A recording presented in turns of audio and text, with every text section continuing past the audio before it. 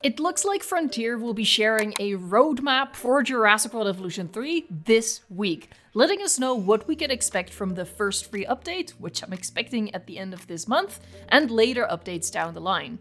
This could be huge news, giving us a peek into the future of the game, and I will keep you up to date.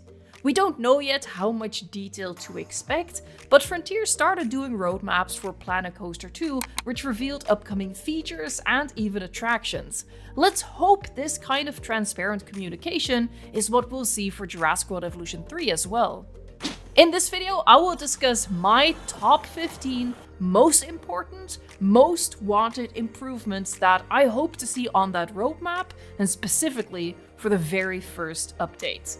Because while Jurassic World Evolution 3 is great, it's not quite perfect. This video isn't about bugs. Obviously, all bugs should be fixed ASAP. If you are experiencing bugs, report them via the issue tracker linked below. I'm starting with a top priority improvement that isn't for me, but for all the console park builders. You might have heard about or personally experienced how restrictive the complexity meter is on consoles. While it was known that this would be a limitation, players ran into a wall last week when they realized just how quickly they hit that limit. I've been on top of that issue since day one, but thankfully so was Frontier. The same day the issue blew up on Reddit, they put out a statement to assure console gamers that they heard the feedback and they are already working on changing it. I think it's a given this point will appear on the roadmap, and it's important that it does, so console players know when they can expect to see improvements. The next one is a big one for all park builders, an expansion of the island generator. The free updates for Jurassic World Evolution have always been a mix of nice quality of life fixes and big exciting improvements that draw people in. An expansion of the island generator would be one of the big hitters in a free update. For starters, the island generator should include the other biomes of the game and not just be restricted to tropical. This is something I wholeheartedly believe is coming, but just wasn't ready for launch. I really hope to soon be proven right on that. Second, they should cut the arbitrary map border that generates along the coastline. Let us edit the coastline as we want, so we can build fully custom island shapes. A mod has already achieved this, but I believe this was also already Frontier's long-term plan for the generator. Fingers crossed. Third on the list is another double whammy, but for the Cretaceous cruise. It's absolutely lovely. In fact, it's so good, it needs to be just a tad more versatile so that we can use it literally everywhere.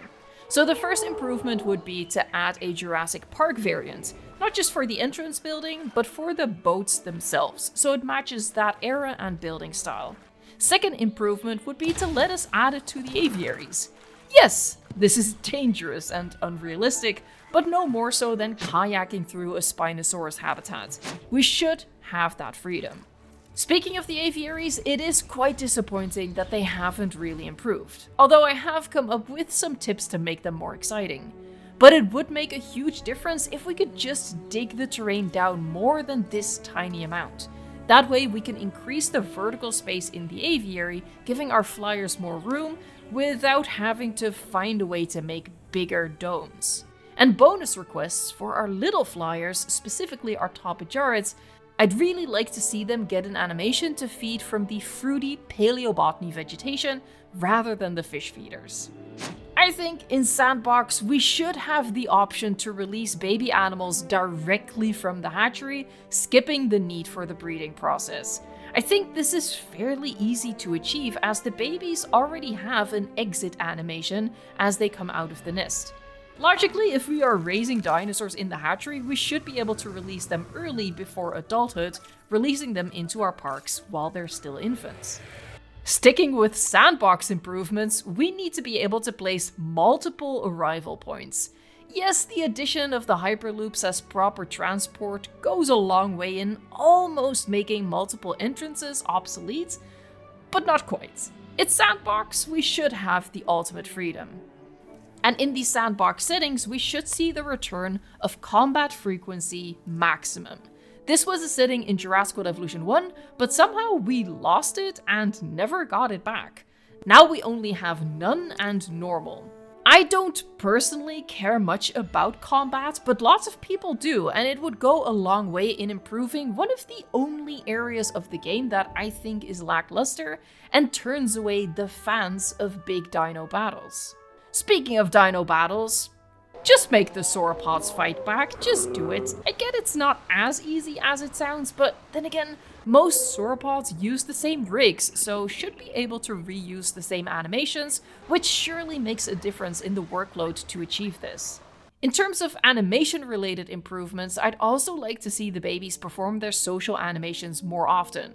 I really struggled capturing them for a video when the game first launched, because the babies spend so much time just running after each other and the adults that they don't do their animations. And the animations are so fantastic, they really shouldn't be as rare as they are. Quickfire round. We need a smaller brush for water. The fact that we only have one type of actual clear glass pieces is a travesty. The foliage tab in the scenery menu should have the biomes added as a filter option, so we can quickly sort out all foliage for whatever biome we are building in. A tab that should be added to the scenery menu is a favorites tab, to which we can add our favorited items and blueprints. Switching over to a different menu, please add a search function to the save file menu so we can quickly find a specific park. Finally, bring back the function of placing multiple buildings, or in this case, nests, back to back simply by holding Control. We had this in Jurassic World Evolution 2 and it was really useful. This is by no means an exhaustive list. I am greedy and I want a lot for this game. But these were the pain points that I ran into myself in the first few weeks. And I emailed this list to Frontier as well, not to be obnoxious like a know-it-all, but because during the early access they repeatedly encouraged us to send our feedback. Frontier is, in my experience, really good at listening to the community and fulfilling a lot of fan requests, so I'm hopeful that a lot of these improvements and many more will come to the game. I really hope that they will be sharing a roadmap for Jurassic World Evolution 3 similar to what they did for Planet Coaster 2, so we can get excited for the future of the game. Seeing them tease this on Twitter definitely meant I had to rush to get this video out, and now we just gotta wait, and I'll be back soon to keep you up to date on all the free update and DLC news. In the meantime, check out the first episode of my new sandbox park building series, Grand Canyon Park, or check out one of the tips videos already on the channel. And of course, subscribe for more.